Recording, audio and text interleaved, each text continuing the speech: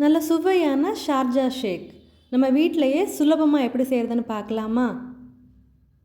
இதை செய்கிறதுக்கு தேவையான பொருட்கள் என்னன்னு பார்க்கலாம். நான் இன்றைக்கி பார்த்திங்கன்னா 20 பாதாம் தோல் உடைச்சி எடுத்திருக்கேன்.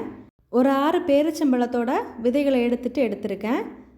அடுத்ததாக பார்த்திங்கன்னா உலர்ந்த திராட்சைகள் எடுத்திருக்கேன். அடுத்ததாக ஒரு செவ்வாழைப்பழம், ஒரு 5 ரூபா பேக்கெட் பூஸ்ட், அப்புறமா டோன்டு மில்க், இதெல்லாம் தான் எடுத்திருக்கேன்.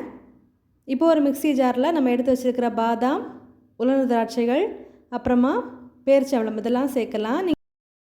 இது கூடவே நீங்கள் விருப்பப்பட்டீங்கன்னா உங்கள்கிட்ட எந்த நட்ஸ் இருக்கோ அந்த நட்ஸையும் கூட சேர்த்துக்கலாம். இது கூடவே கொஞ்சமாக பால் சேர்க்கலாம். அடுத்ததாக இதில் 2 ஸ்பூன் சர்க்கரை சேர்க்கலாம். நான் இன்றைக்கி 2 பேருக்கு கணக்காக செய்கிறேன். சேர்த்துட்டு இதை நல்லா அரைச்சி எடுத்துருங்க. நல்லா அரைச்சி எடுத்ததுக்கப்புறமா நம்ம எடுத்து வச்சுருக்கிற செவ்வாழை பழத்தையும் கட் பண்ணி இதில் சேர்க்கலாம்.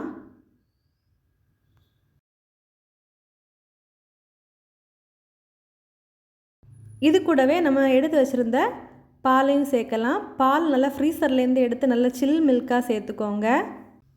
இது கூடவே நம்ம எடுத்து வச்சுருந்த ஒரு பாக்கெட் பூஸ்ட்டையும் சேர்க்கலாம். உங்களுக்கு பூஸ்ட் பிடிக்காது அப்படின்னா நீங்கள் ஹார்லிக்ஸ் கூட இதில் சேர்த்துக்கலாம். சேர்த்துட்டு இதை மறுபடியும் நல்லா அடித்து எடுத்தீங்கன்னா நம்மளோட சுவையான ஷார்ஜா ஷேக் ரெடி ஆகிடுச்சு. நீங்களும் ட்ரை பண்ணிவிட்டு மறக்காமல் ஃபீட்பேக் ஷேர் பண்ணுங்கள். தேங்க்ஸ் ஃபார் வாட்சிங்.